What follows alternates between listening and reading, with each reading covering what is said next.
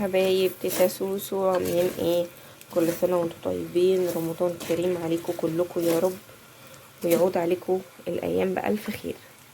طبعا احنا دلوقتي في الاربع ايام ولا الثلاث ايام اللي قبل رمضان، البيوت كلها ما بتبقاش قادره تطبخ ولا عايزه تطبخ، وعايزين يوفروا. عشان ايه؟ عشان اول يوم رمضان، فعايزين محتاجين اكلات سريعه وبسيطه.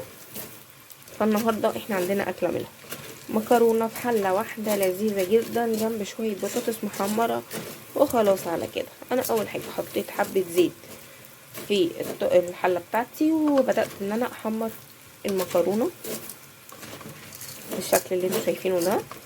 انا عايزاكم تسامحوني لو التصوير طلع مهزوز شويه، لاني شغاله بايد وبصور بالايد الثانيه، فممكن التصوير ما يكونش ايه افضل حاجه. المهم ان انا هفضل اقلب كده لحد ما تاخد لون حلو شويه كده، وهرجع اوريها لكم تاني واقول لكم باقي الخطوات. بصوا بقى، انا هنا المكرونه بتاعتي يا دوبك انا مش عايزاها محمره، يعني مش عايزاها ان هي تتحمر تاخد اللون بتاع المكرونه المحمره، لا هي بس يا دوبك كده هتفلفل شويه. ونزلت عليها بحبه صلصه على قد الكميه اللي انت عاملاها، ونزلت عليها بالخضار اللي متقطع دوت، طماطم وفلفل. لو عايزاها حاميه حطي ايه فلفلك الحامي. تمام. نحط بقى شويه ميه،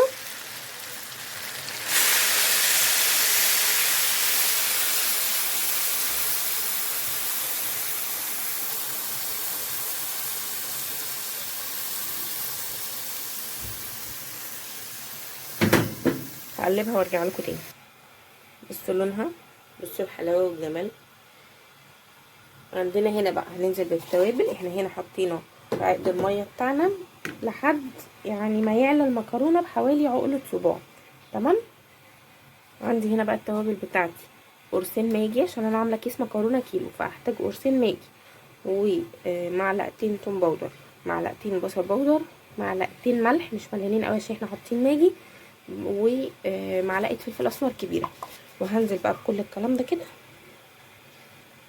وبرده وانتي شغاله دوقي حسب بقى انتي التذوق عندك اخباره ايه، وانتي محتاجه الحاجه طعمها عامل ازاي، ظبطي حالك. انا بقى دلوقتي كده هسيبها اديها تقليبه كويسه، وهتابعها كل شويه على النار عشان خاطر ما تلزقش ولا تعجن مني. كل شويه كده اديها تقليبه، وبعدين هوريها لكم بعد ما تستوي.